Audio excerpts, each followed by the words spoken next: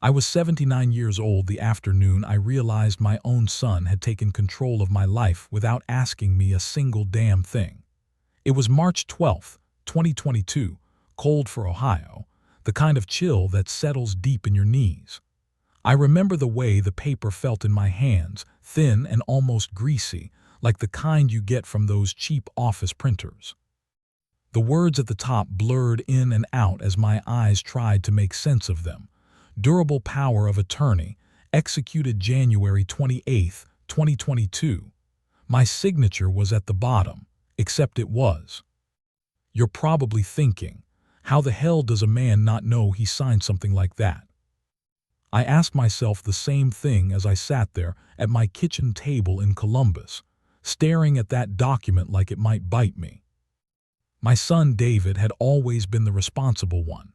Out of our 3 kids, he was the one who remembered my birthday, who called on Sundays, who helped me install the new smoke detectors after Ellen died. Hell, he was the one who convinced me to switch from my old flip phone to a smartphone, said it'd be easier to keep track of you, Dad. He said that with a smile. I thought it was love. Now I'm not so sure. I'd gone into Chase Bank that morning just to get a strange overdraft fee reversed. $46 and some change, nothing life-shattering. But when the young teller, dark hair, braces, nervous eyes, clicked something on her screen, her whole expression changed. She looked at me the way nurses look at confused old folks in memory units. "Sir," she said, her voice too soft, "your son has authority on all your accounts. He made several transfers last week." That didn't make sense. My accounts had always been mine. Always. I asked her what she meant and she swallowed like she'd said too much. "The power of attorney, sir. It gives him full access." I told her I had no power of attorney. She turned her monitor a little, just enough for me to see the scanned document. There it was again. My name, spelled correctly, the loops of the letters close enough to pass for mine. But the signature I could tell. A man knows his own hand, even at my age. When I got home, I called David. The phone rang only once before he picked up. "Dad, I'm in a meeting," he said, voice clipped. "I need to talk to you," I told him. There was a pause, the kind where you can hear someone thinking. "About what?" "You know damn well what." He hung up on me. You ever feel something crack inside you? Not break, crack. Like a hairline fracture running right through the center of your chest. That was me, sitting in that quiet kitchen with the fridge humming behind me and the afternoon sun hitting the table just so. I could see dust floating in the light, thousands of tiny little particles dancing while my whole world shifted sideways. I looked around my own house, the one I bought in '89 after the GM plant promoted me. The walls Ellen painted, the dent on the baseboard from when the kids were roughhousing, and I felt suddenly unsafe. In my own damn home. Because if my son was willing to forge my name on a legal document, what else had he done? What else was he planning to do? I didn't sleep much that night. Every time I closed my eyes, I saw that signature, or heard his voice, cold and dismissive. I kept replaying little moments from the past few months, him insisting on handling my prescriptions, him pushing me to simplify my assets, him telling my daughter I was forgetting things lately. Was he laying the groundwork the whole time? Around 2 in the morning, I got up and made myself coffee, dark, bitter, the way I used to drink it on the line at GM. My hands shook a little as I held the mug, not from age, from anger. By sunrise, I knew one thing. I wasn't going to let this stand. I might be old and my knees might sound like popcorn every time I stand up, but I'm not dead. And I'm not stupid. And I sure as hell wasn't raised to roll over for my own flesh and blood. You want to know how far a father will go when his son tries to steal his life out from under him? You stick around. Because this wasn't just about money. It wasn't even about the forgery. It was about something deeper, darker, the kind of betrayal you don't come back from. Before everything went sideways, my life was quiet in a way most men my age either dream about or dread. I didn't mind the quiet. After 40 years at the GM plant, 32 of those on the line, 8 as a shift lead. Silence felt like a luxury I'd earned. Most mornings in Columbus started the same way. I woke around 6:15, not because I had to, but because old bodies have their own alarms. I'd shuffle into the kitchen, put on a pot of Folgers, and let the smell fill the house. It still reminded me of Ellen humming while packing the kids' lunches. You ever smell something that hits you like a little ghost from the past? Yeah, it was like that. I'd sit at the table by the window, the one that looks out onto the maple tree we planted in '91, and I'd watch the neighborhood wake up. Joggers with neon shoes, parents loading kids into SUVs, the mail truck whining down the street. It wasn't exciting, but it felt like mine. My home, my routine, my life. David used to drop by on Saturdays. At least he used to before all this. He'd come by with that leather messenger bag he always carried, said it made him look professional. He worked in financial planning over in Dublin. Good job, good money, good family. I was proud of him. Genuinely proud. A father's pride is a strange thing. It doesn't fade just because you're tired or disappointed or getting old. It sticks, even when you wish it didn't. The trouble is, pride can blind a man. Before any of this happened, if you'd asked me which of my 3 kids I trusted most, I would have said David without thinking twice. Linda, my oldest, lives out in Phoenix, too far to keep tabs on anything. And my youngest, Mason, well, let's just say life hasn't been easy on him. Good kid at heart, but between the drinking and the job losses, he wasn't the steady one. That was always David, or so I thought. I remember 3 months before the power of attorney mess, he sat at my kitchen table, same seat where I'd later discover the forged document, and he said, "Dad, you need to think about long-term planning." He had his laptop open, spreadsheets glowing against his glasses. I laughed. My long-term plan is to outlive the neighbors I don't like. He didn't laugh back. Instead, he leaned forward like a doctor delivering news. "I'm serious. You're almost 80. You need to let someone help organize your finances before something slips." I told him nothing was slipping except his patience. He sighed, one of those heavy ones that says more than the words that follow. "Look, I just want to make sure things are taken care of. You forget things sometimes." That stuck with me. Not because it was true. I misplace my glasses now and then, but hell, I've been doing that since the '80s, but because of the way he said it. Soft, careful, like he was testing the ground. Now hindsight's a mean son of a gun. It shows you all the signs you missed. Back then, I just brushed it off, thought maybe he was stressed from work, thought he was trying to help. My doctor, Dr. Klein, had even told me at my annual physical in October, "You're doing damn well for 79.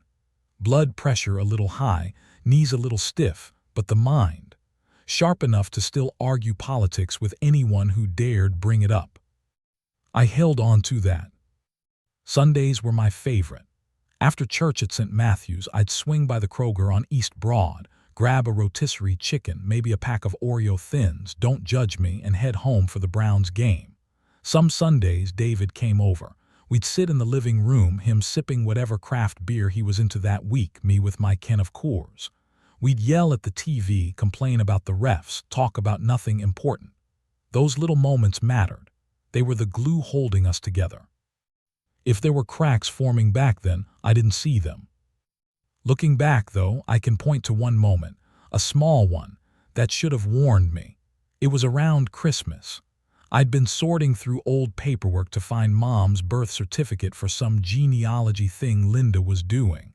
When David stopped by, he noticed the papers spread across the kitchen table. "What's all this?" he asked. "Cleaning up old files," I told him. "Probably time to organize everything before it gets out of hand."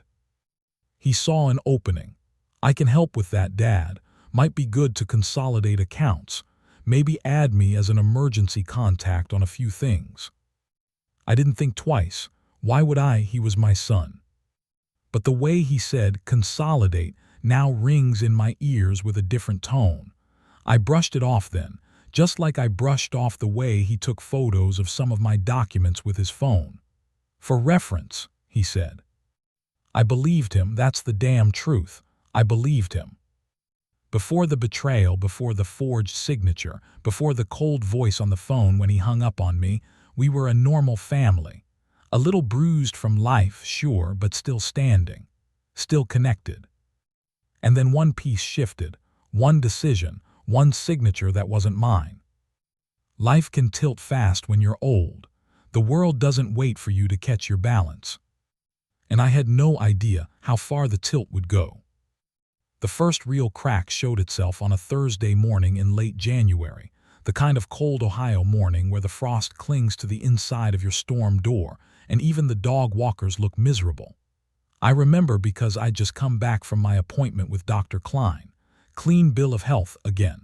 I'd even joked with him that if I made it to 80, he owed me a steak dinner. He chuckled and said, "Just keep doing what you're doing, Ed." I felt good walking out of that clinic. Strong, capable, like myself. Funny how a man can feel that way at 10:30 a.m. and have his confidence shattered before lunch. The crack showed up in the shape of a letter. White envelope, Chase Bank logo in the corner, my name typed so neatly you could tell it wasn't anything I'd personally requested. I opened it while standing at the counter, keys still in my hand. The letter was polite in that corporate way, lots of "we regret to inform you," and in accordance with the authorization provided. What stopped me cold was the line, "As per your son David Collins, instructions under the durable power of attorney." The words looked like they belonged in someone else's life, not mine. I stared at that sentence for a long while trying to make sense of it. I hadn't given anyone power of attorney. Not yet, not then, not now, and certainly not without discussing it. There'd been no conversation, no form, no meeting. Yet here it was, official, typed on record. I called David right then, didn't even take my coat off. He answered on the second ring. "Dad, you okay?" His voice had that rehearsed concern, like someone playing Caring Son on a commercial. "I just got a letter from the bank," I told him. "Says you're making decisions under some power of attorney." Silence, long enough for me to hear his breathing change. "Oh that, yeah," he finally said. "We talked about it." "We damn well did not." "Dad," he said, a patient tone sliding into place, "you've been having trouble keeping track of things. This was just to help you." I felt my chest tighten. "I haven't had any trouble. Dr. Klein just told me I'm fine." Another pause, then a sigh. "Dad, you forget conversations sometimes." "No," I said, "not this one." That was the moment, the real moment when something deep inside me twisted. Because his voice didn't sound guilty. It didn't sound confused. It sounded prepared, like he'd been waiting for me to ask. We got off the phone without resolving a thing. He kept insisting it was necessary, that it was all for my protection. He said the word protection 4 times. People repeat things when they're lying or when they're trying to convince themselves they're right. Maybe both. For the rest of that day, my mind replayed every little interaction from the past few months. The way he'd taken photos of my documents. The way he'd told Linda I'd been forgetting things.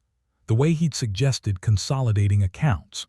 All those moments I'd shrugged off as normal father-son stuff suddenly lined up like a trail of breadcrumbs leading straight to that forged signature. The next crack happened the following week at CVS, of all places.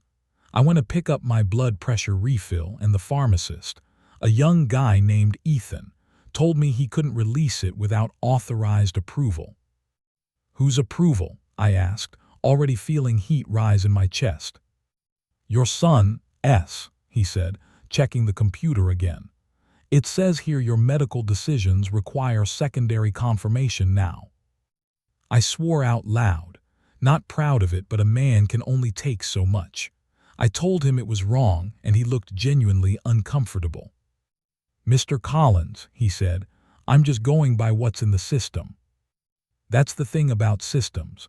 Once someone changes a box or checks a form, the world shifts around it without asking you how you feel. I left the store without the medication and drove home with my hands shaking on the steering wheel. Not from rage exactly, but from that strange mix of fear and disbelief. I'd lived 79 years, raised 3 kids, worked 4 decades in hard labor, and suddenly I was a man who needed his son's permission to pick up prescription pills I'd been taking for 8 years. When I got home, I called Linda in Phoenix. "Dad, what's going on?" she asked after hearing my voice. "Your brother is trying to take control of my whole damn life," I said. She didn't argue. That's what struck me. She didn't say, "No, that can't be right," or "You must be misunderstanding." Instead, she went quiet, too quiet. "What do you know?" I asked. Another pause. "David mentioned you were getting forgetful. He said he was helping with things." I felt something twist in my stomach. "Did you believe him?" "I didn't know what to believe," she admitted softly. "David always sounds so confident about everything." There it was, the seed he'd planted, the narrative he'd been building. My own daughter wasn't sure whether her father could be trusted with his own life. That night I sat alone at the kitchen table, staring at the laminate surface worn down from years of family dinners and homework and coffee cups. The house was quiet in that oppressive way it gets when something is wrong but you can't fix it yet. I kept thinking, how long has he been planning this? How long has he been looking at me and seeing opportunity instead of his father? Around 9, the phone rang. Unknown number. Normally I don't answer, but something made me pick it up. A woman's voice came through, kind, steady. "Mr. Collins, this is Maria from Franklin County Adult Protective Services.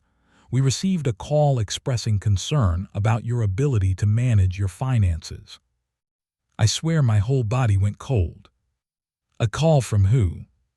"I can't disclose that," she said gently, "but we do take these concerns seriously." I closed my eyes. The crack had widened, and I knew exactly who made the call. It wasn't the money he was after, not just the money. It was control, total, legal, suffocating control. And the worst part, for the first time in my life, somebody had put an official question mark next to my competence. Me, Ed Collins, the man who'd raised 3 kids, buried a wife, paid off a mortgage, and earned every wrinkle on his face. That was when I realized something had to change. Something had to be done. But revenge, real revenge, doesn't start as anger. It starts as clarity. And mine was coming into focus, sharp as broken glass. I can tell you the exact moment the world didn't just crack. It shattered. Not a metaphorical break. A real one, the kind that changes the way your house sounds when you walk through it. The kind that makes you look at your own reflection like you're seeing a stranger.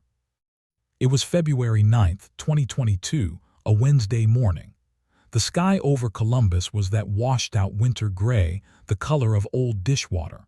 I'd been pacing around my house for days, replaying the bank letter, the CVS incident, Maria from Adult Protective Services. All of it spinning around in my head like loose screws in a coffee can. I kept thinking there has to be an explanation, something I missed, a misunderstanding. That's the curse of fathers. We give our kids the benefit of the doubt long after they've stopped earning it. I decided to go down to Chase Bank myself. No phone calls. No trying to reason with automated menu lines or 20-somethings reading off scripts. I wanted to see someone face to face. Someone who could pull up the forms and show me clearly what the hell was going on. The bank was nearly empty when I walked in. Just the echo of those damn overhead speakers playing faint elevator music and the tapping of keyboards behind the counter. A woman in her mid-30s with a navy blazer approached me. "Good morning, welcome to Chase. How can I help you?" I told her I needed to see a copy of the power of attorney on file under my name. She led me to her glass-walled office in the corner. I remember the way the chair creaked under me, how my hands wouldn't stay still. She typed for a bit, her nails clicking against the keyboard, and then she said the words that sent ice down my spine. "It looks like the document was delivered electronically by your son on January 28th. "Delivered electronically?" I asked. "I don't even know how to do that." She gave that polite banker smile, the kind that tries to be sympathetic without actually touching the truth. A lot of our older clients have their children handle things for them. That did it. That little assumption, that quiet dismissal, that willingness to believe the lie on the page instead of the man sitting in front of her. I leaned forward. I want to see it. She hesitated, then pulled up the PDF. She turned the monitor slightly so I could read it, and there it was again, my name at the top, my personal information, all correct. Then the signature. My signature. Except it was. I've signed my name the same way since I was 16 when I got my first Ohio ID. My loop on the E has a long tail, always has. The one on the screen had no tail. None. Just a stiff, short curl. My stomach dropped. I felt the room close in. Something thumped in my ears, my heart, or maybe the fluorescent lights. I couldn't tell. I didn't sign that, I said quietly. She glanced at me, then at the screen, then back at me. Mr. Collins, it's on record. I didn't sign it, I said again, louder this time. She cleared her throat.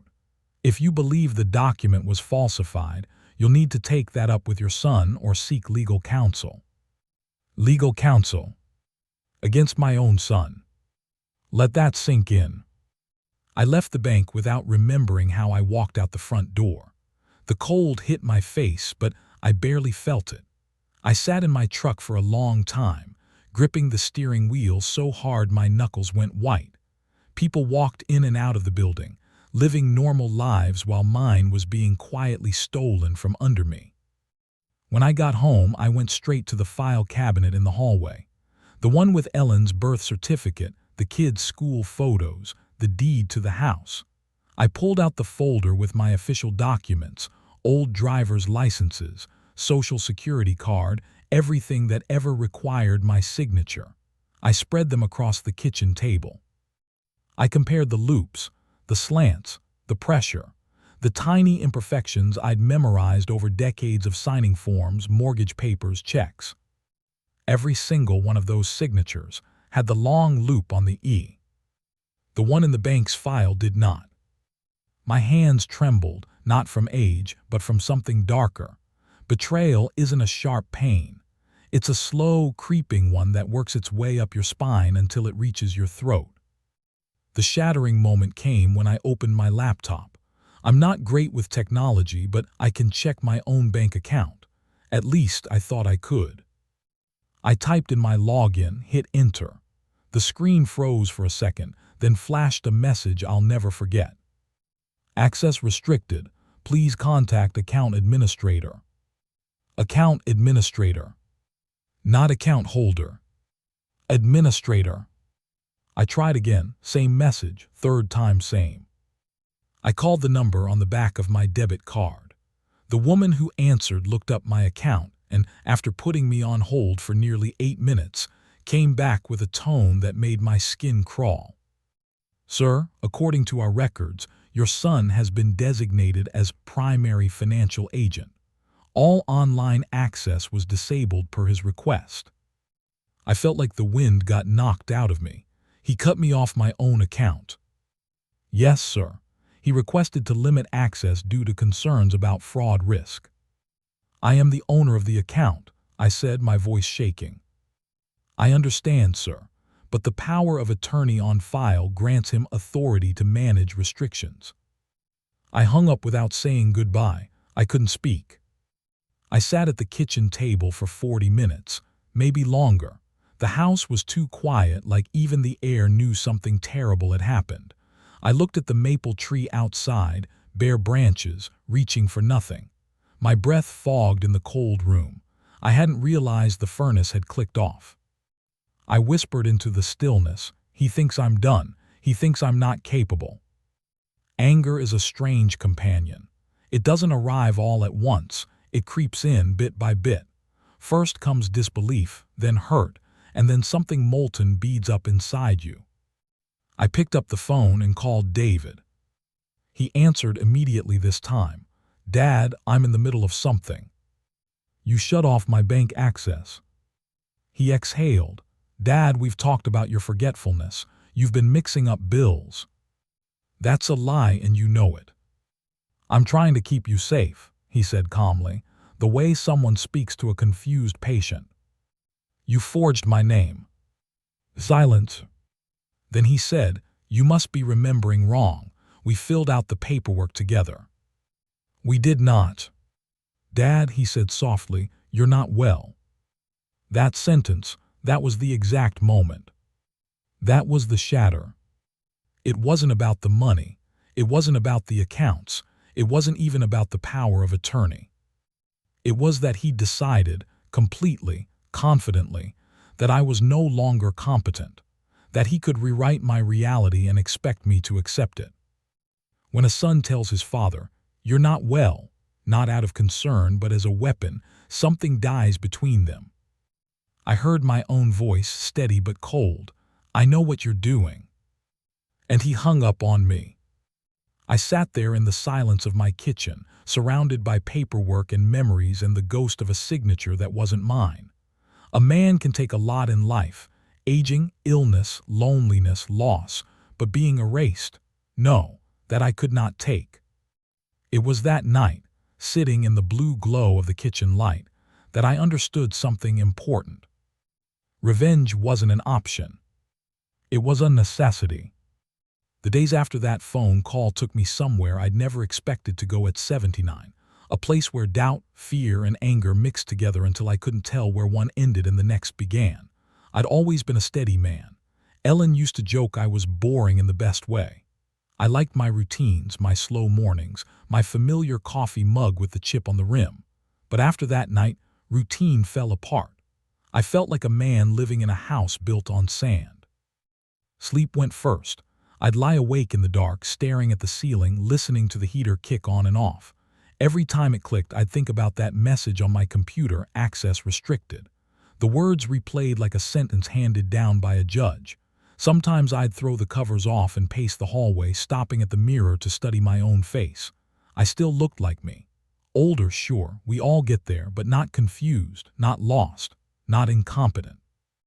It's a strange thing when someone you love tries to convince the world you're slipping. Eventually, no matter how sharp you think you are, a corner of your mind starts whispering, what if he's right? What if you did forget something?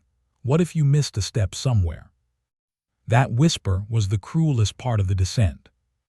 One morning, after another sleepless night, I went into the kitchen to make coffee. I reached for the filter, checked the jar, measured out the grounds.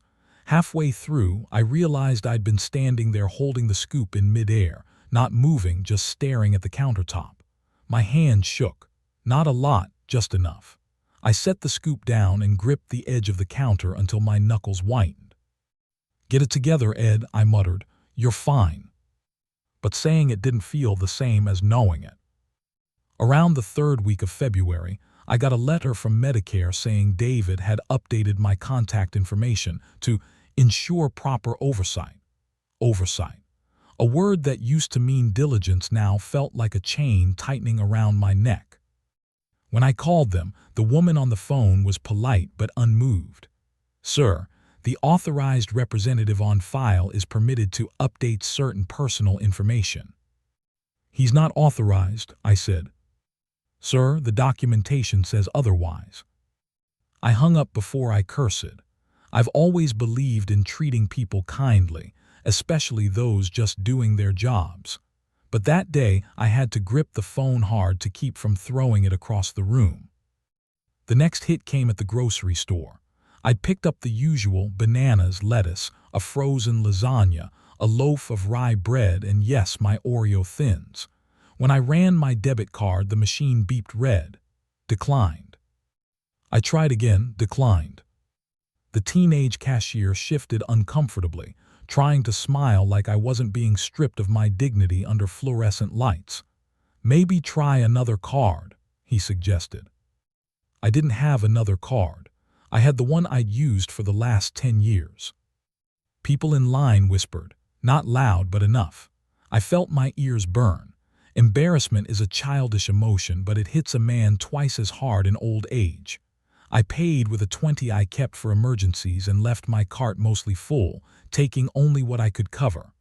Walking out to the parking lot, the cold wind cut through my coat, sharper than usual. I sat in my truck and stared at the steering wheel. My own money, my own account, and I was being treated like a man who couldn't be trusted with either. I tried calling David right then, thumb hitting the screen harder than it needed to. He didn't answer. The voicemail came on. "Hey, it's David, leave." I hung up before the beep. The worst moment, though, the lowest point of my descent, came from something small, pathetic even. It started with a knock on my door. It was Maria from Adult Protective Services again, bundled in a thick winter coat, holding a clipboard. She gave me a polite smile, too polite, and asked if she could come in for a quick welfare check. I wanted to slam the door. Instead, I stepped aside. She sat at my kitchen table, the same table where the forged signature had stared me down weeks before. She asked questions in that calm, professional tone. "How are you managing daily tasks? Do you cook your own meals? Do you ever feel confused about dates or bills? Has your son discussed concerns with you?" I answered each question with as much dignity as I could, but as she scribbled notes, I felt myself shrinking. Not physically, but in some inner way, like I was being reduced to a case file in her folder. When she asked if she could see my medication organizer, my throat tightened. "I've taken the same pills for years," I told her. "I know," she said gently, "this is just routine." But it wasn't routine. It was David's story of me, an aging man losing his grip, and she was there to evaluate how much of it was true. I fetched the pill box from the bathroom cabinet. When I handed it to her, she scanned it carefully. "You're missing yesterday's dose," she noted. "No, I'm not," I said. "I took it last night." "Are you sure?" Those 3 words, that tone, that doubt, for a moment I couldn't breathe. I doubted myself for the first time. The betrayal wasn't just stealing my money, it was stealing my certainty, my confidence, my sense of self. I swallowed hard. "Yes, I'm sure." She nodded, jotting something down I couldn't see. Maybe neutral, maybe unfair. I didn't know anymore. When she finally left, I sank into the chair at the kitchen table and felt the weight of everything. Age, betrayal, humiliation, pressed down until I almost couldn't sit up. That was the moment I thought, maybe this is how it happens. Maybe you don't notice yourself slipping until others decide you already have. I sat there until the sun went down, the house getting colder around me. I didn't move for hours. I didn't turn on the lights. The maple tree outside had turned black in the fading light, its branches tangled like my thoughts. The phone buzzed around 7:30, a text from David. "Dad, APS said you were confused again today. Please don't fight us on this. We're trying to help." Confused again. I stared at the screen until the letters blurred. My hands shook, not from doubt this time, but from something harder. Something that felt like the steel I used to work with on the GM floor. I typed back slowly. "You're doing more than helping, and I won't forget this." He didn't respond. That night the descent reached its bottom. I stood in the hallway and looked at the framed photos. Ellen holding baby Mason, the kids running through the sprinkler in '89, David at his high school graduation grinning like the world owed him something. I touched the glass of David's photo. "You came from me," I whispered, "and you think you can bury me before I'm in the ground." The quiet of the house seemed to agree. Then something happened, small but powerful. I realized I was done falling. I had reached the bottom, and once a man knows he can't fall any farther, he begins to rise. Revenge didn't start with rage. It started with resolve. A cold, steady resolve that settled into my bones like winter. "What now?" I asked the empty house. And for the first time in weeks, I felt an answer forming in the back of my mind. It was time to stand up, time to take back my life, time to stop being the confused old man in someone else's story. The descent was over. The climb, slow, deliberate, dangerous, was about to begin. The morning after I hit bottom, I woke up before dawn, the kind of waking where you don't drift into consciousness but snap into it, like your mind is already standing even if your body is. The house was dark, quiet. I could hear the furnace humming through the vents, steady and low. For the first time in weeks, the silence didn't feel like an enemy. It felt like a pause, like the world holding its breath with me. I sat on the edge of my bed and rubbed my hands together. They felt different, steadier, stronger. The doubt was still there. Hell, maybe it always would be, but something new had settled under it, something solid. Resolve. After a cup of burnt-tasting Folgers, I'd let it steep too long. I grabbed my jacket and keys and drove to the only place I knew I'd find someone who'd be awake and honest with me at that hour, the 24-hour diner off East Main. The neon sign flickered like it always had, buzzing faintly, a sound I'd grown weirdly fond of over the years. The inside smelled of old grease, maple syrup, and coffee that had been sitting since Clinton was president. A waitress named Carol, who'd been working there since my kids were still in elementary school, recognized me right away. "Morning, Ed," she said, flipping over a mug and pouring coffee without asking. "You're out early. Everything all right?" It was the kind of question people ask without expecting a real answer. But when I looked at her, saw the way she slowed down, sensing something was off, I decided to tell her a piece of the truth. "My son's been making some decisions for me," I said, "ones I didn't ask him to make." She stopped pouring sugar into a dispenser. "That's so?" "Yeah," I said, "power of attorney, banking access, Medicare changes." Her eyebrows rose. "Did you give him permission?" "No," my voice came out rough. "I didn't." She didn't gasp or recoil or look shocked. She just nodded like she'd seen too many people go through something similar. Maybe she had. People tell waitresses things they don't tell their own families. "You gonna do something about it?" she asked. That question hung in the air, heavier than the diner's haze of cigarette smell from decades past.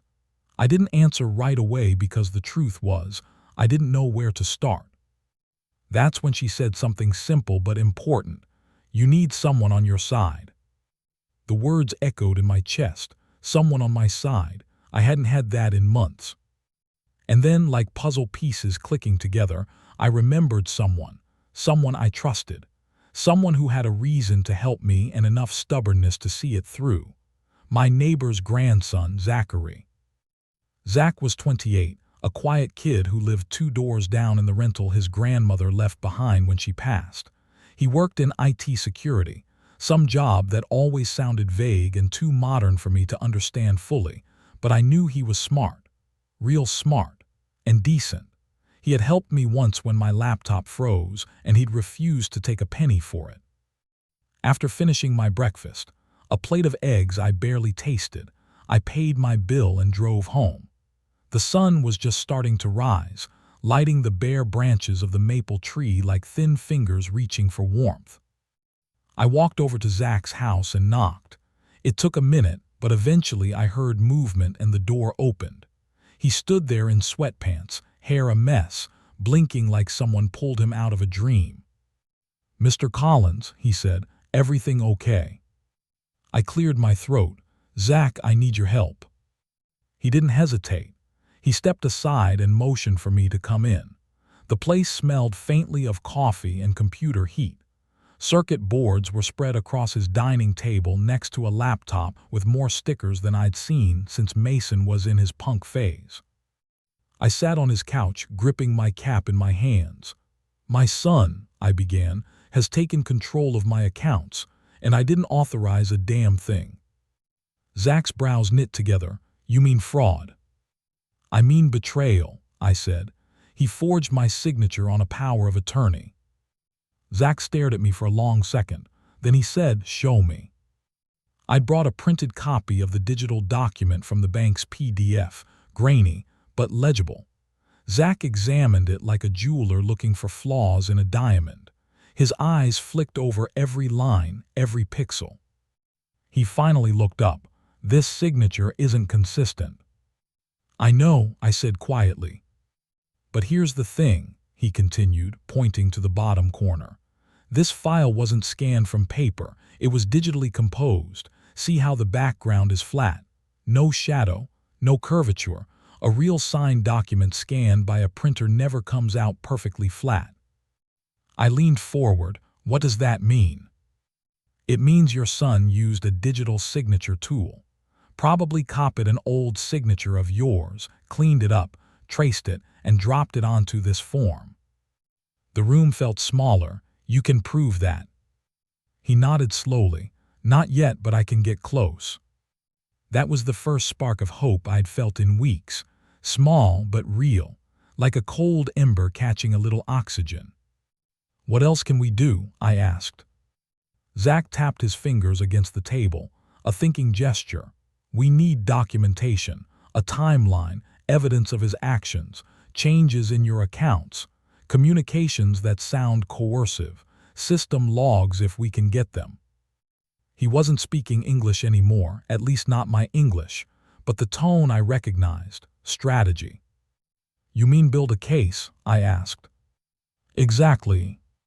A case. The word thrilled me and terrified me at once. Zach turned his laptop toward me and opened a spreadsheet. Rows and columns appeared. He typed headers with precision.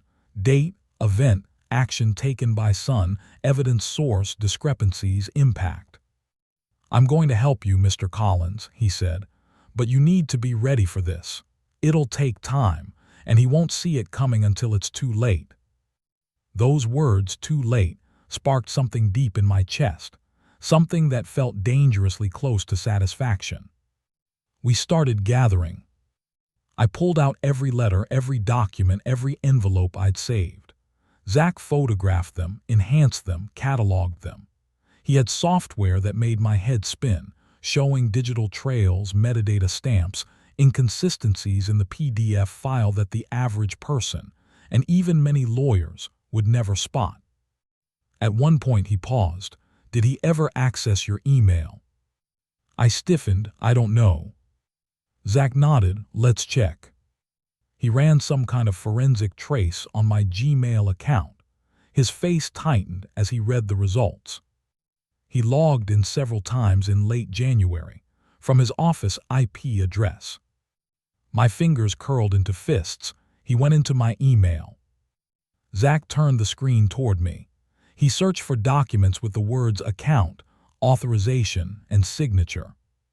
The betrayal deepened. Why would he do that? Zach didn't answer. He didn't need to. We worked for hours. At one point, my eyes blurred and Zach insisted we take a break. He made coffee, strong, bitter, but good, and handed me a mug. You all right? He asked. I don't know, I admitted. Feels like I'm looking at the pieces of my own life laid out on your computer. He nodded. We'll put them back together.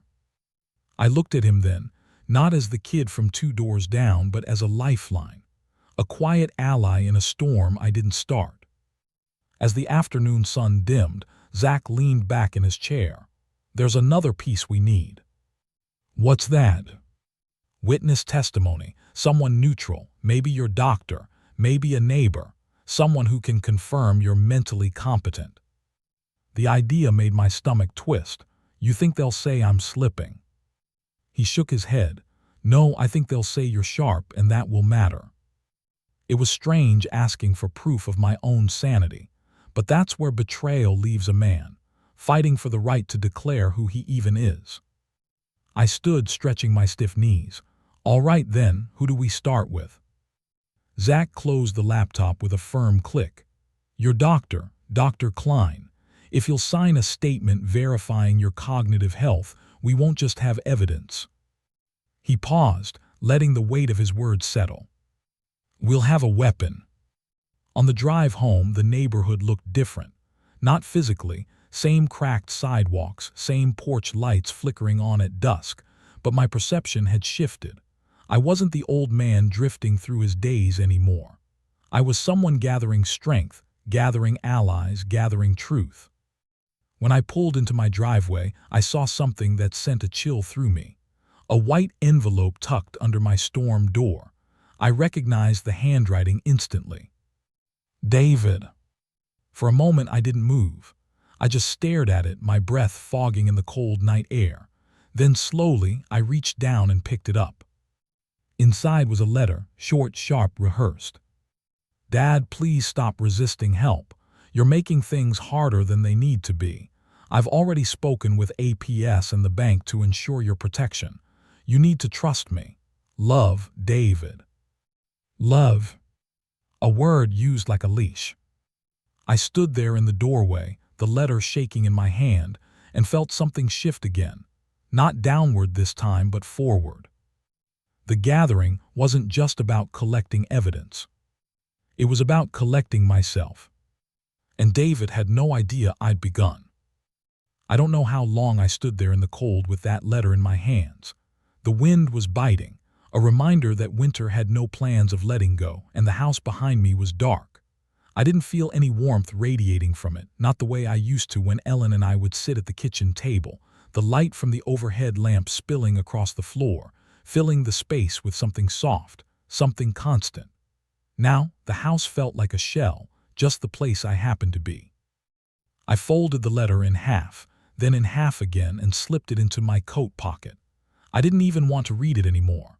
I had a feeling it would say exactly what I expected, empty words, words that didn't recognize the real war happening just beyond the door, in the corners of my mind where I was forgetting things, where I wasn't losing grip. I could feel that old anger rising again, simmering beneath the surface. It wasn't just betrayal anymore, it was a defiance, a challenge. David thought he was playing chess, making calculated moves from a distance, but he hadn't realized something about me. I might be old, but I've been around long enough to see patterns. He wasn't the only one who could plan, and I had a plan now.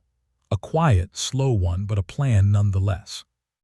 The first part of it was simple: get Dr. Klein on my side. I'd been seeing him for years, and in all that time I'd never once doubted my own mind. He was a solid man, middle-aged, a little too busy sometimes, but he knew me, knew my history, knew how I'd been through Vietnam, the factory, the stress of raising 3 kids. If anyone could verify my mental competency, it was him. I made the appointment the next morning, the first one he had available. I didn't tell him why I needed to see him. He didn't ask, and that's the thing about doctors. They know when to just listen. They've seen it all. I figured he'd be a good ally, not because I needed a doctor's note to prove I wasn't crazy, but because I needed someone who could see through the bullshit and tell the truth. When I walked into his office, he stood up, a friendly grin on his face, but the second he saw the look in my eyes, it dropped. He knew something was wrong, and I wasn't about to sugarcoat it. "Ed," he said, shaking my hand, "what's going on?" I sat down in the chair, and for the first time in a long while, I didn't feel like I was on the edge of losing control. I felt calm, sure. "I need you to confirm something for me, Doc. I need you to tell me if I'm mentally fit to handle my own life. My son, S, been pulling strings behind my back, and I need someone who's got the guts to stand up and say what's really going on." He raised an eyebrow, but he didn't say anything at first. He just nodded. "All right, let's take a look then." The exam was short and simple, mostly questions, a few cognitive exercises. Nothing that felt invasive, but enough for me to see that Dr. Klein was paying attention.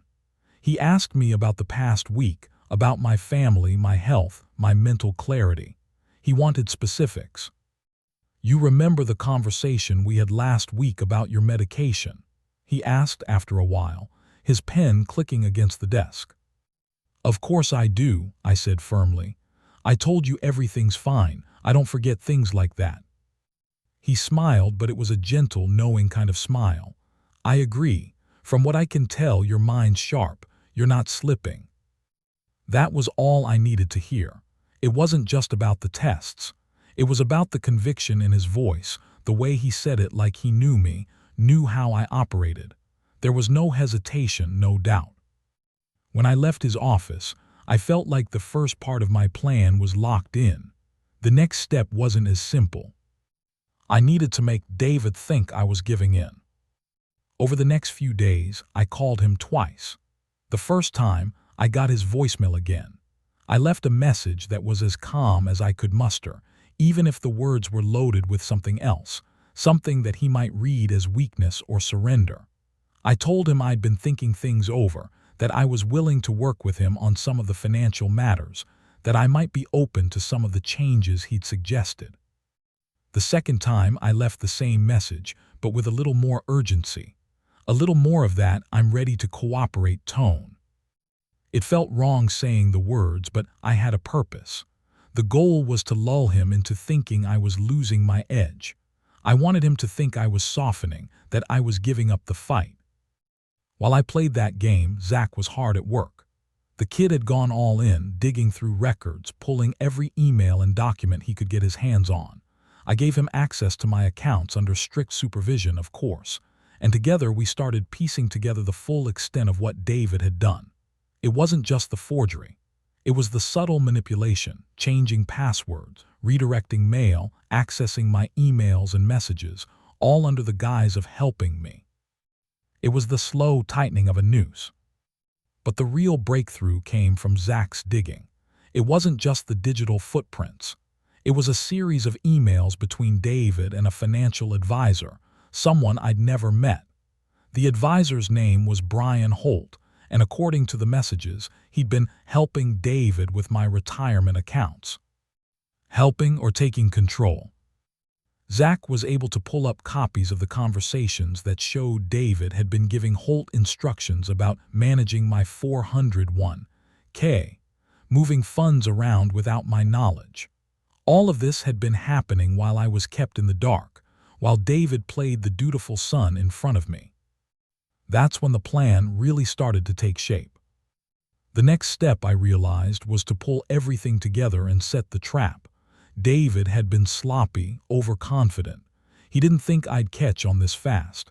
He didn't think I had the strength to fight back. But he was about to find out how wrong he was. I wasn't going to confront him head-on just yet. No, I needed to hit him where it hurt, where he would never expect it. The key was timing. If I made my move too early, it would all fall apart. If I waited too long, I might lose my chance entirely. Zach and I spent the next few days creating the right documentation, carefully assembling the evidence in a way that couldn't be ignored. I contacted the bank, the financial advisor, the medical office. I reached out to anyone who might corroborate my story. Everything would line up perfectly. There would be no denying it. I wasn't going to fight my son with anger. I wasn't going to yell to accuse. I was going to do it with something far more powerful, truth. And when I had everything in place, I would bring it to him. David would have no choice but to face the consequences. I left Dr. Klein's office feeling like I had everything I needed to take the next step. But it wasn't just the medical exam or the email threads or the account statements. It was the quiet, growing certainty that I was no longer a passive victim in this story. I had become the one writing it. And soon, David would see exactly what happens when you underestimate your own father. The night before I was going to confront David, I didn't sleep. Not a wink. I spent the hours sitting in my chair, staring out the window at the darkened streets, my thoughts running faster than I could keep up with. I could feel the weight of everything pressing in on me. The years, the betrayal, the quiet justice I was about to serve. The quiet rage inside me had been building for months, but now it was controlled, focused. I wasn't going to rush this. I was going to let it unfold, piece by piece, like a slow, inevitable storm. I knew that when I finally faced David, there was no turning back. The man I had once trusted would no longer exist in the same way. The image I'd had of him, the son who helped me with the car, who came by for Sunday dinners, who promised to take care of me, would be replaced by something more jagged. Something I hadn't fully realized until recently, that I had become the person he thought he could manipulate. The morning was cold, the air biting as I drove over to his house. I didn't bother calling ahead. David always preferred a heads up, but this wasn't about playing by his rules anymore. This was about me, about my life, my choices. He hadn't respected that. And now it was time to remind him who the real authority was. I parked in his driveway and sat there for a moment, staring at the house. The place looked so different to me now, like a set, a facade of normalcy, something he'd created for the outside world while quietly pulling the strings behind the scenes. The blinds in the front windows were drawn, and I could see a faint glow of light coming from the living room. He was home, but I didn't know if he was ready for this. I took a deep breath and got out of the truck, each step toward the front door heavier than the last. I'd always prided myself on my strength, my ability to handle whatever life threw at me, but standing on that porch felt different. My mind flicked back to all the times I'd carried my kids, helped them with homework, wiped away their tears. I remembered the late nights after work, sitting in the kitchen, watching Ellen stir the soup while I listened to David talk about his day. It felt like a lifetime ago, and now this is what we'd come to. I knocked firmly, 3 quick raps on the door, not waiting for an invitation. David opened it a moment later, his face lighting up in that practiced smile he always wore when he was trying to seem like the perfect son. "Dad," he said, his voice warm but guarded, like he expected me to say something about the weather or his latest promotion. "What's going on?" I didn't waste time. "We need to talk." He stepped back, holding the door open. "Sure, come in." I walked past him, taking in the same neat house I'd seen 100 times before, but now nothing felt familiar. I stood in the entryway, feeling the air shift between us. I turned to face him, looked him in the eye. He shifted uneasily. "What's this about?" he asked, a hint of impatience creeping into his voice. I pulled the letter from my coat pocket, the one I'd gotten yesterday, the one from him. I opened it up slowly and held it out for him to see. He hesitated, glancing at it without reaching for it. "Read it," I said. He glanced down at the letter and then back at me, his face hardening. "Dad, this is unnecessary. I told you I'm just trying to help." "No," I interrupted. "You've been trying to control me, and I've had enough." His eyes flickered with something, frustration, maybe guilt, but it passed quickly. "You don't know what you're talking about," he said, his voice growing sharper. "I've been looking out for you. You're not well." I folded my arms. "I'm not the one who's not well, David. You're the one who's been taking what's mine." "Dad," he started, but I cut him off again, this time holding up my hand. "You took my money. You forged my signature. You changed my accounts without asking me. You had the nerve to think I wouldn't notice." His face twisted like I'd just slapped him. He took a step back, trying to compose himself, but I could see the cracks starting to form in his facade. "You're wrong. I'm trying to protect you from yourself," he said, his voice wavering just slightly. "You've been forgetting things. You can't even remember the last time we talked about the power of attorney." I stepped forward, getting close enough that he couldn't avoid my gaze. "I remember everything. I remember you standing there in that kitchen, telling me how much you cared, how you were just trying to make things easier for me." He froze, his eyes narrowing. "That's not what happened." I let out a breath, the anger slowly simmering into something colder. "You're lying, David. You've been lying for months, and you've made one mistake after another. You underestimated me." His jaw clenched, and he looked at the floor for a moment before meeting my gaze again. This time, his expression was different, nervous, almost defensive, like he was losing his grip on the situation. "What do you want from me then?" "I want the truth," I said, my voice steady now. "I want you to admit what you did. I want you to stop pretending like this was about anything other than you taking what doesn't belong to you." I reached into my coat pocket again and pulled out the stack of evidence Zach had helped me gather. The bank statements, the email exchanges, the medical confirmation from Dr. Klein that I was fully capable of managing my own affairs. I placed them down on the coffee table in front of him. "It's all here, David, everything, and it's not going away." For a moment he didn't move. He just stared at the papers, then back at me. The silence stretched between us like a thin wire ready to snap. "I didn't mean for it to go this far," he finally muttered, the words barely audible. "I was just trying to protect you." "Protect me?" I asked, my voice rising now. "You think stealing from me, lying to me, pushing me aside, that's protection?" He opened his mouth to say something, but no words came out. He just stood there, his eyes flicking to the door, to the papers on the table, and then back at me. I watched him, waiting for him to break, to admit it, to show some sign of regret or even a shred of guilt. But there was nothing. He stood there, shifting his weight, his face hardening, until finally he said, "You're going to regret this." And that's when I knew. It wasn't just about getting the money back. It wasn't just about proving he'd been wrong. It was about something deeper, something I hadn't fully realized until that moment. It was about reclaiming my life from him.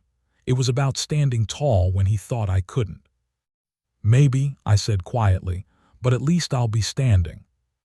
I turned and walked toward the door. Before I stepped outside, I looked back one last time. David was still standing there, staring at the papers on the table, the reality of what he'd done settling in. And as I closed the door behind me, I knew the next chapter was mine to write. When I walked out of David's house, I could hear my footsteps echoing in the cold driveway, each one a little harder than the last. My breath came in visible clouds as I reached my truck. I didn't feel the weight of it, not in the way I thought I would. There was no flood of relief, no rush of triumph, just a strange, unsettling calm. I hadn't expected David to break down, to beg for forgiveness. I hadn't even expected him to admit what he'd done.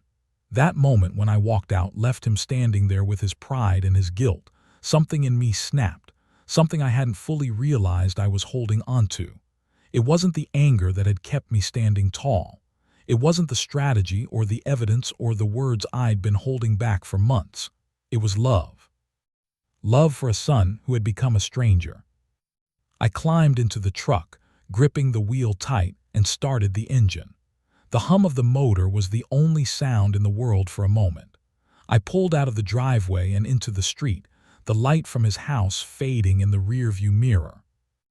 As I drove home, I couldn't shake the feeling that something had shifted, something in the way I saw my son. It wasn't just the lies. It wasn't just the betrayal. It was the realization that he had done something far worse than any of that. He had decided, once and for all, that I wasn't worth trusting. He'd made the choice for both of us. I pulled into my driveway and sat there for a moment, staring at the house that used to be filled with so much noise and life. The laughter of kids, the smell of Sunday dinners, the chatter over the dinner table. It felt so quiet now, and I was left to wonder if I'd ever get that back. I sat in the truck for longer than I wanted to. A part of me thought I should march into the house, make some plans to finish this, lay down the next steps, go through the motions of making it right. But another part of me, something quieter, more introspective, told me to pause. The phone buzzed in my pocket. I pulled it out, expecting it to be another message from David, but it was from Zach. "You did good, Mr. Collins. We've got everything in place. All we need now is for him to make the next move." I stared at the message, trying to let it sink in. Everything we'd worked on, every conversation, every piece of evidence, it was ready. We had him cornered. The trap had been set perfectly, and now all we had to do was wait for David to make his move. But something in me faltered when I realized how far this had gone. It wasn't about the money anymore or the accounts. It was about something far more complicated. It was about family. I put the phone down and opened the truck door. The cold hit me again, sharper this time. My knees cracked as I stood, and I shuffled slowly toward the house. The weight of what I had just done pressed down on me, but I couldn't quite name the feeling. Was it regret or something else? I walked through the door, and the quiet of the house greeted me like an old friend. It was a comfort, but it was also empty. There was no one to argue with, no one to tell me I was wrong for what I'd done. I wasn't sure if that was a blessing or a curse. I sat at the kitchen table again like I had hundreds of times before, but now everything felt different. The chair didn't creak quite the same way it used to. The windows seemed a little too dark, the silence too heavy. The coffee mug sat in front of me, but I didn't reach for it. I wasn't thirsty. I didn't want to think about the next steps. I didn't want to think about how David would try to fight back, how he would lie, try to twist things in his favor. I didn't want to think about the damage this would cause in the family. I didn't want to think about how long it would take for me to recover from the hurt, if I even could. I reached for the papers on the table, the ones I'd left there after my meeting with David. They were still scattered, neatly arranged, ready for whatever came next. But as I looked at them, I realized that even if I had all the evidence in the world, even if I won every battle, I had still lost something precious in the process. I lost the son I thought I knew. The next morning, I decided I'd give it a little more time. I wasn't going to rush to file any lawsuits, send any more letters. I'd wait for David to come to me. He was always the one who played the long game, but this time I was going to let him stew, let him think it over. The truth was, I was already one step ahead. He just didn't know it yet. But even as I waited, I knew something I hadn't fully understood before. There is no such thing as a clean victory in a fight like this. No matter how much you win, you still lose something along the way. I wasn't sure if David would ever admit what he'd done, if he would ever apologize or try to make things right. But I also knew something else. I didn't need his apology. Not anymore. This wasn't about what I got from him anymore. It was about what I was taking back. What I'd always had, the strength, the dignity, the right to stand up and fight for my life, my decisions, my future. The rest of it, the family, the love, the memories, those were things I couldn't control anymore. But at least now, I could live without the shadow of his lies hanging over me. And that at least was worth something. I wish I could tell you the final stretch was clean. That once I stood up to David, once I laid out the truth in front of him like evidence on a courtroom table, the rest happened smoothly. But life, especially the kind you live in your 70s, doesn't care much about clean endings. It only cares about honest ones. For almost a week after our confrontation, David didn't call, didn't text, didn't show up at my house pretending to check in on me. He went silent, and that silence sat on my chest like a cinder block. Every morning I'd wake up, shuffle into the kitchen, pour my coffee, and stare at the phone on the table, waiting, wondering what his next move would be. He wasn't the type to sit quietly, not when he thought something belonged to him. But I wasn't the same man he thought he could manipulate, either. On the 7th day, the phone rang. His number, I didn't answer. Let him feel what silence tastes like. Let him sit with his choices. He called again, and this time he left a voicemail. His voice was clipped, controlled, trying too hard to sound calm. "Dad, we need to talk. You're making things more complicated than they have to be." I played the message twice, noting every word, every breath he took between sentences. That old calm I used to see in him was gone. There was a tremor under his voice, a crack he couldn't hide. He sounded like a man who'd lost control of a situation he thought he had in his pocket. I didn't call back. Instead, I went to see my lawyer, Margaret Chen, a woman with steel in her spine and absolutely no patience for nonsense. Zach had recommended her, and after 10 minutes in her office, I could see why. She listened to everything without rushing me, without skimming over the painful parts. Her office smelled faintly of lemon cleaner, the kind Ellen used to keep under our sink. When I finished, she leaned back in her chair and steepled her fingers. "Mr. Collins, based on everything you've shown me, we can invalidate the power of attorney immediately. You have a clean medical statement, clear evidence of digital manipulation, and documented financial interference. We can pursue civil damages if you wish." The room felt very still. Damages against my own son. I stared down at my hands, these old, worn hands that built bicycles for Christmas mornings, cooked pancakes on Saturdays, carried sleepy children to bed. Hands that David once held when we crossed streets together. "Margaret," I said, my voice barely above a whisper, "I don't want to destroy him." She nodded slowly. "But you do want to stop him." Yes, I said. I want my life back and I want him out of it. She filed the paperwork the same afternoon. The bank reversed everything. My access was restored. New passwords, new protections, new alerts. And this time, David had no authority to change a damn thing. Medicare updated my records. APS closed the file after reviewing Dr. Klein's assessment. It was as if someone finally handed me back the keys to my own house after months of forcing me to stand outside knocking. But victory didn't feel like fireworks. It felt like breathing after holding my breath underwater too long. A few days later, David showed up at my door. He didn't knock gently the way he used to. He hammered, hard, impatient. I opened the door, but only enough to look at him. He looked tired, eyes sunken, jaw tight, the polished professionalism stripped away. "Dad," he said, "what are you doing? Why are you doing this?"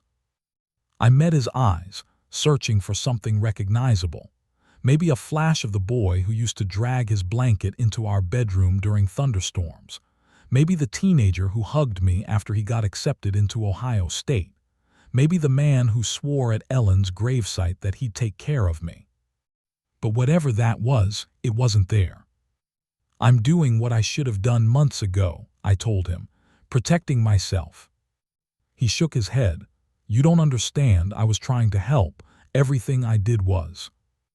"You forged my name," I interrupted. "You took my money. You lied to my doctor, my daughter, and APS." He flinched, and for a second, just a second, his face softened. Not with guilt, with fear. "You're ruining this family," he whispered. It was quiet when I answered. "You ruined it the moment you decided I was easier to control than to love." He didn't argue, he didn't shout. He just stared at me, long and hollow, like he was looking at something he'd lost and didn't know how to get back. Then he turned and walked down the steps. No goodbye, no apology. Just distance. Margaret called the next morning. The power of attorney had been officially revoked. The bank fraud investigation was underway, and if David pushed back in any way, legally or financially, she'd be ready. But he didn't push back. He didn't call. Didn't show up again. Didn't try to access anything.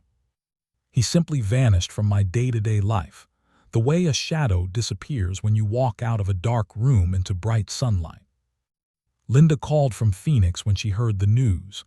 She apologized over and over for not seeing it sooner. Mason sent a text, short but heartfelt. The kids were rallying behind me in a way I hadn't expected. But grief is strange. Even when two children stand by you, the absence of the one who betrayed you sits in your chest like a bruise that never quite heals. The house feels different now, safer, quieter in a good way. My accounts are mine again. My decisions are mine again. My life, what's left of it, is mine again. But every so often, when I walk past the hallway where our family pictures hang, I stop at David's photo, the one from his graduation, where he's smiling like he believes the whole world is waiting for him. I touch the glass with my fingertips. "You forgot who raised you," I whisper to him, even though he's not there. "But I didn't forget who you used to be." I don't know if we'll ever speak again. I don't know if time will soften anything, or if this is simply the shape our family will take now, a shape with an empty space where a son once stood. But I do know this. I didn't let myself disappear. I stood back up. I took back what was mine, and for a man my age, that's no small thing. In the end, revenge wasn't about punishment. It was about reclaiming my place in this world. And I did. I'm still here. Still standing.